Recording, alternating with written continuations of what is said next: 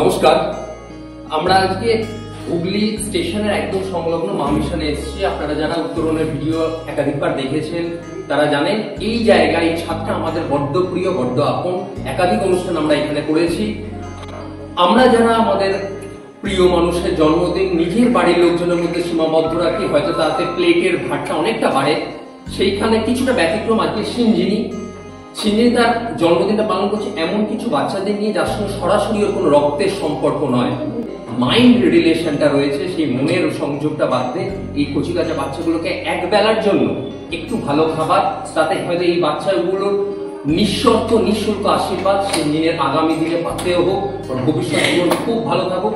মা মিশনে কার্তিক দা যে সমস্ত বাচ্চাগুলোকে নিজের সন্তানের থেকেও প্রিয় মনে করে তাদেরকে লেখাপড়া, আঁকা, সঙ্গীত সবকিছুর মধ্যে একটা সাযুজ্য বজায় রেখে বড় করে তুলেছেন। আসুন এসে আমরা কার্তিকদার হাত ধরি। উত্তরণের সকলের পক্ষ থেকে, মা মিশনের সকলের পক্ষ থেকে সিঞ্জির জন্য রইল এক আকাশ শুভেচ্ছা।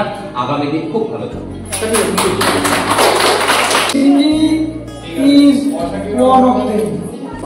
ছেলে মেয়ে বড় লোক হয়েছে যারা মলে পার্কে এখানে সেখানে করে, কিন্তু লুকিয়ে করছে। এটাই নাকি আমাদের হিন্দুদের দান।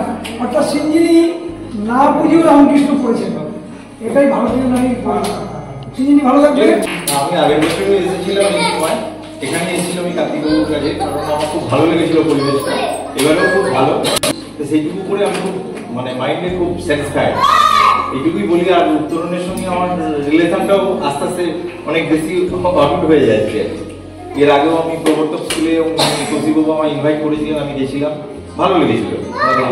যাই হোক, আমি ওনাদের সঙ্গে কাছে আছি, আরো থাকবো। সবাইকে ধন্যবাদ।